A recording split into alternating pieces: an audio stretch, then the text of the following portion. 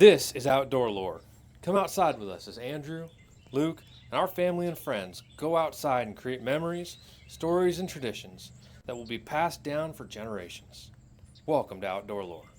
Welcome to Outdoor Lore. Outdoor Lore.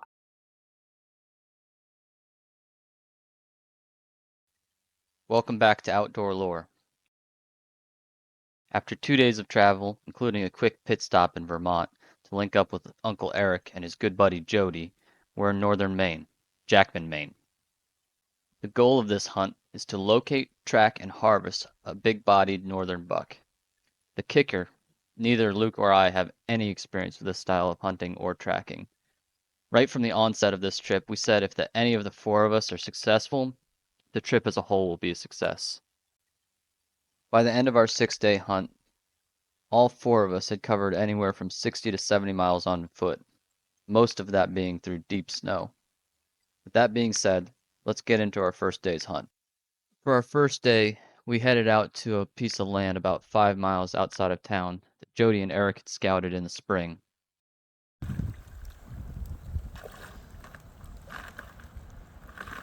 You only got about An inch. Yeah, not much. You don't have much. Getting close. Isn't it nice to have young bucks?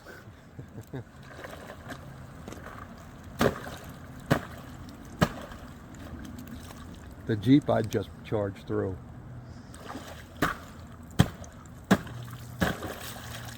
Don't get yourself too wet, Andrew. Yeah. He's halfway. As you can see, very icy conditions led to a later start than ideal. Then it was off into the woods with us.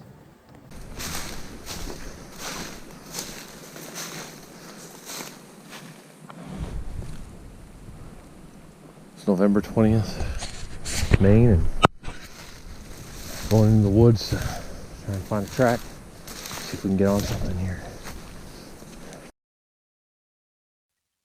After slowly moving through the first block of land with little more than a few old doe tracks and a massive amount of moose sign, Luke and I met up on a track that Erik spotted a few miles down the road, where he offered to let us try to run it down.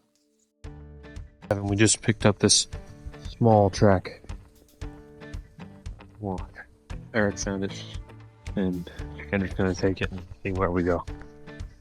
We'll just follow behind him.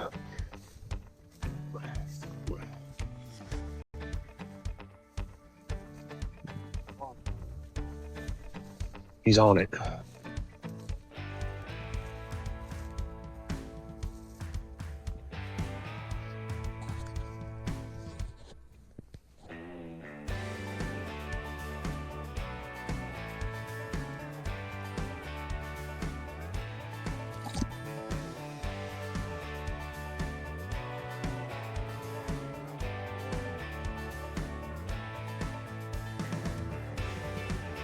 Still good?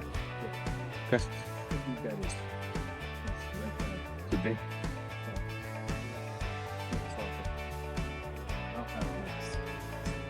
No.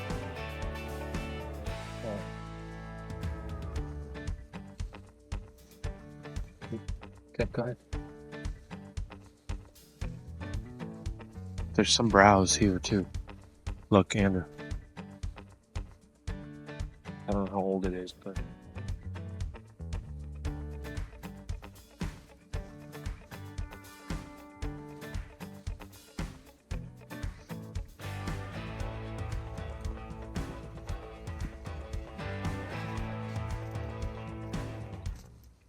We ended up tracking this buck for another 3 hours and probably close to around 5 miles, back and forth across several logging roads, down through a swamp. We even tracked him through several old scrapes and a few beds. In hindsight, this deer could have been 2 or 3 days ahead of us. Despite that, it was a really good first track. And with that being said, I'm going to cut back in here and show you where we sort of started to lose him. We stayed with him for a little while longer, but as you can see, the sun's starting to go down, and he crosses this last road, and you'll see it. I say it in a little bit here, but it starts to look like the tracks are getting older and older, and he's walking down into a swamp. We really start to struggle after that. yeah, it's got to be him, That's right? him, right? It's got to be. If that's him, then this is a big doe over here. Is there? Oh, right here. Yep. Here. Oh. Yeah. Yeah.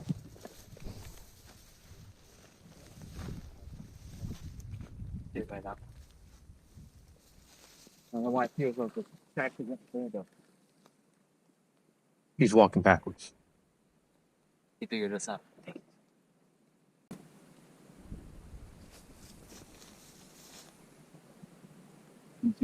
No. We spent about the last 3 hours, maybe 2.5, on the track of a good buck. The snow was intermittent at best. So it's probably 70% tracking, 30% looking for tracks. Yeah. But we stayed with that buck for 2.5 miles. Yeah, since we ate lunch. Yeah. I stayed with him, tracked him to this logging trail, and the snow ran out, and then we have no idea where he went. So we're gonna sit for a little bit, probably till dark. There's a little clear cut over here. As you know, my boots are still full of water. We just put a bunch of miles on, so I'm not sure if it's sweat or water. But I'm gonna take my boots off again and wring them out, maybe change my socks. And then we're gonna sit here till dark. Wow, I can't even speak. We're gonna sit here until dark. And then walk back to the truck. I think it's like 2 miles back to the truck. Sounds good. We like this spot though. The wind is blowing from this way. So, out of that stuff, we anticipate any bucks that are scent checking will be scent checking coming this way to scent check that bedding over there. Andrew's gonna bring his socks up. Oh, nasty. Nasty. It's poop colored. That's good. That's good. That'll keep the deer from Right? smelling human. Ugh.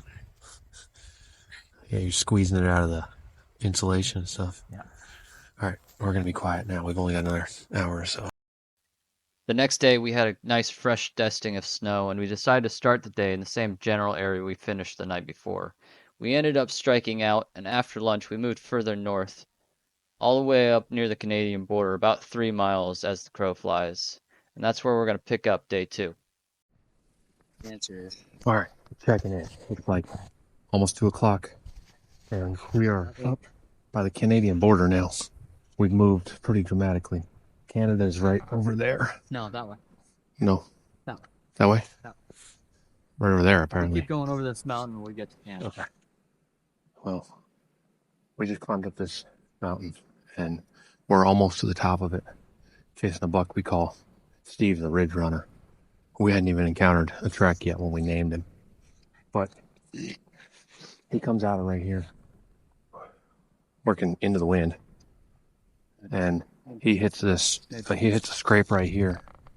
The thing that gives me hope on this buck, first he's got big tracks, but also this licking branch is 6 feet tall. So Andrew's going to get on this track. I'm going to stay up the mountain, and it seems like we're working that way. So got a bunch of doe tracks coming up this hill. Andrew's feet are worn out. He's got 800 grain insulation. I've got 12-pound boots on. 12-pound boots on. But he's going to get on this buck track. I'm going to go up further, and maybe I've run into Steve's grandpa on a higher scrape line. So, yeah. All right. Good luck. As Luke walks up this mountain here, clearly there's footprints in the snow already. This is because we're actually hunting in the middle of a big maple syrup sap line operation. And someone had been up to the top of the mountain and definitely back down as well, well before we got there that day. Although we didn't get any good footage of it, I almost ended up getting a buck right before nightfall. While Luke was walking up this hill, I'm actively tracking a buck in circles down below him. When it eventually intersects with Luke's boot tracks, I falsely assumed that meant Luke was on the deer. However, the deer was backtracking him and was somewhere in between he and I. meaning that the deer was no more than 5 to 10 minutes away from either of us at that point in time. Not knowing that, however, I gave up the hunt and didn't want to bump the deer off of him, so I backed off and sat for a little while. After sitting till about 30 minutes prior to last legal shooting light, I started working back down the mountain towards that original location where we had seen the scrape. I ended up finding a scrape slightly higher up the mountain than originally. I crouched down and took a look at it and took some photos, which you can see here. Then I started back down the mountain again. Not 15 yards from where that scrape was, I heard a giant deer running down the mountain. I jumped it maybe 30 yards to my right and never had a shot.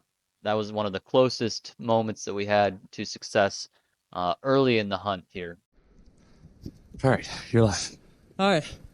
So it's Wednesday. It's about 6:20. We got, what'd you say, 5 inches of snow last night? 3 or 4 at Four. least. It depends on the wind. Of older snow. The wind is howling.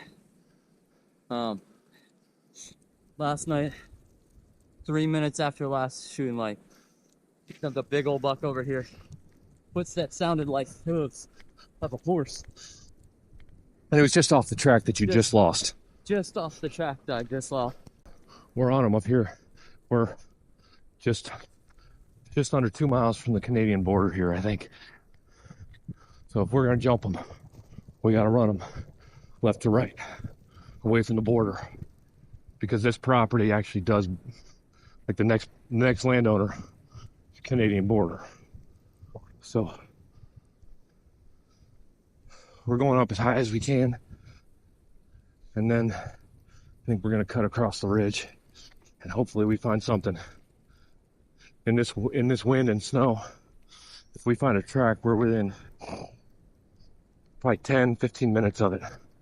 So low probability that we cut a track, but if we cut one, we're gonna be on them like right then. Also, with this so much snow, I mean, we can't look to our left because the wind's blowing that way, but we can see out 100 yards to the right, and just kind of keeping an eye out there because it'd be easy for a buck or anything to be moving through there. All right, we're gonna turn it off for a while till we get on something.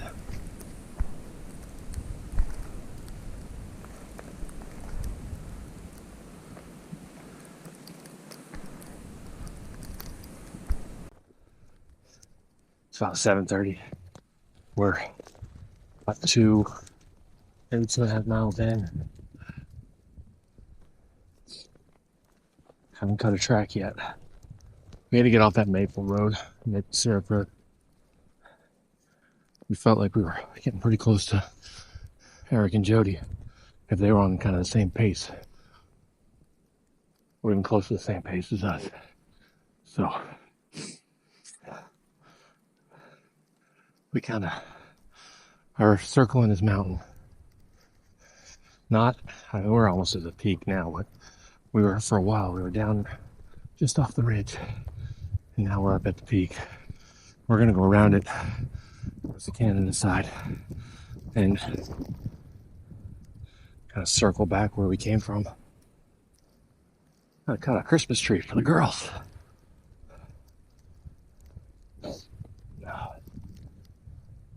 But it's got about 8 inches of snow in some places, 6 in others. Okay. Oh, We're at the top. It's like 30 miles per hour sustained wind.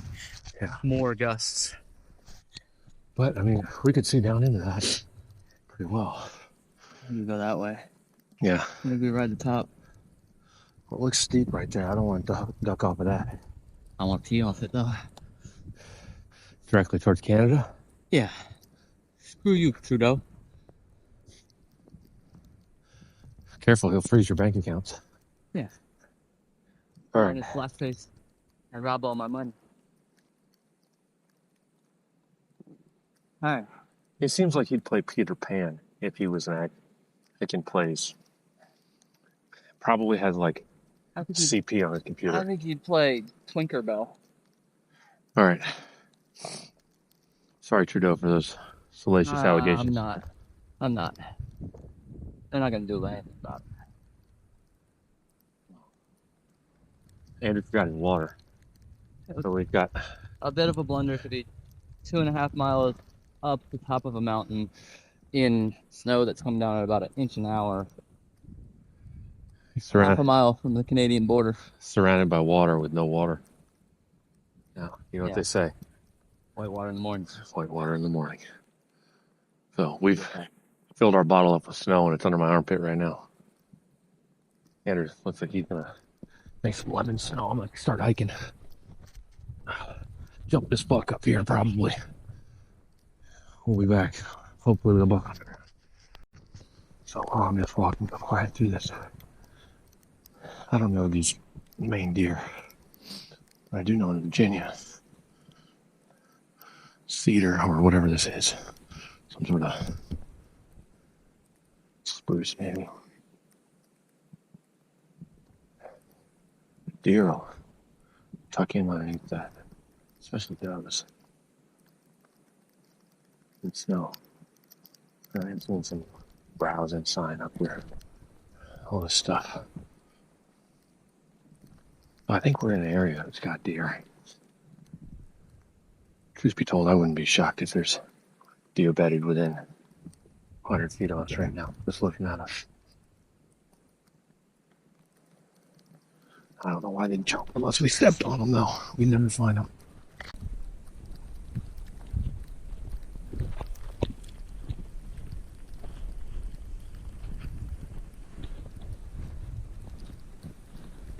All right, what we got going on, Luke? Snow is what we got going on. We gotta be 3.5, 4 miles into our hike by now. We gotta get pretty close to camp, so we gotta make sure if we're tracking a buck, track him back to his freedom.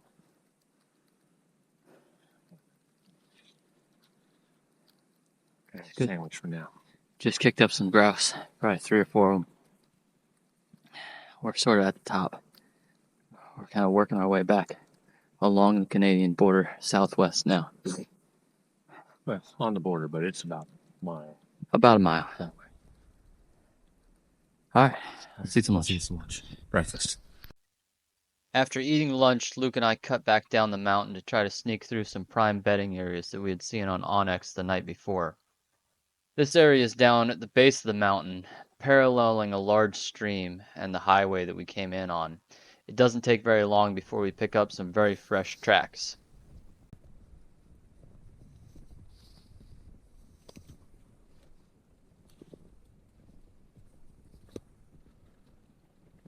We're obviously on something.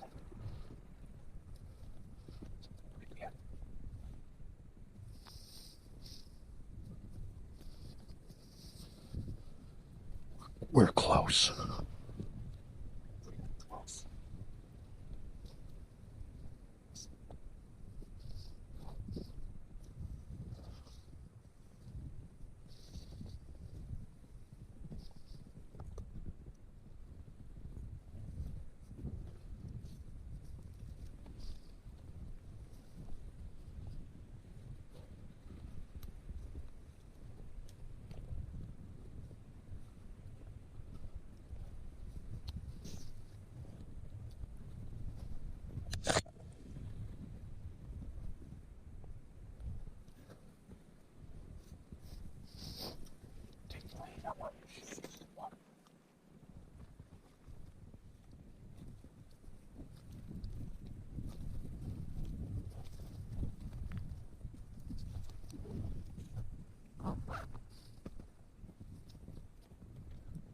Quiet as you can be.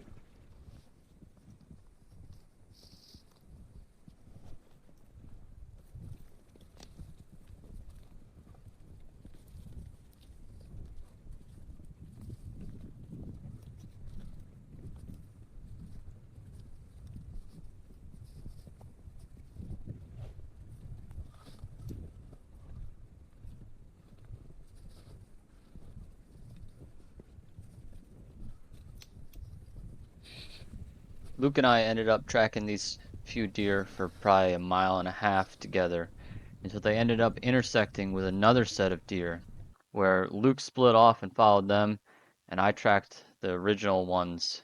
We ended up doing a full circle right back across our own tracks 2 or 3 times where they were just running a loop around us. Eventually, I ended up tracking my set of deer to a bedding area. I had a doe in my sights, but I couldn't see the buck, and by the time I found the doe, she was staring right at me, and they spooked, and I was never able to catch up to them again. I did track them to a couple of more bedding areas, which I'll show right here, but they ended up jumping before I could ever see them again. And Luke tracked his as well, pretty far, almost until nightfall. He tracked his all the way across a river and then back across that same river again, where he was close enough that he could smell the deer but not see them. And he just ran out of light and was way back in the same general vicinity that Jody was hunting, but never ended up with any luck. Well, I walked past where Jody was standing, and he wasn't there. So, I guess it wasn't him. Might have been on the other side, but sure did sound pretty close. Hopefully whoever it was got their deer. That'd be pretty cool.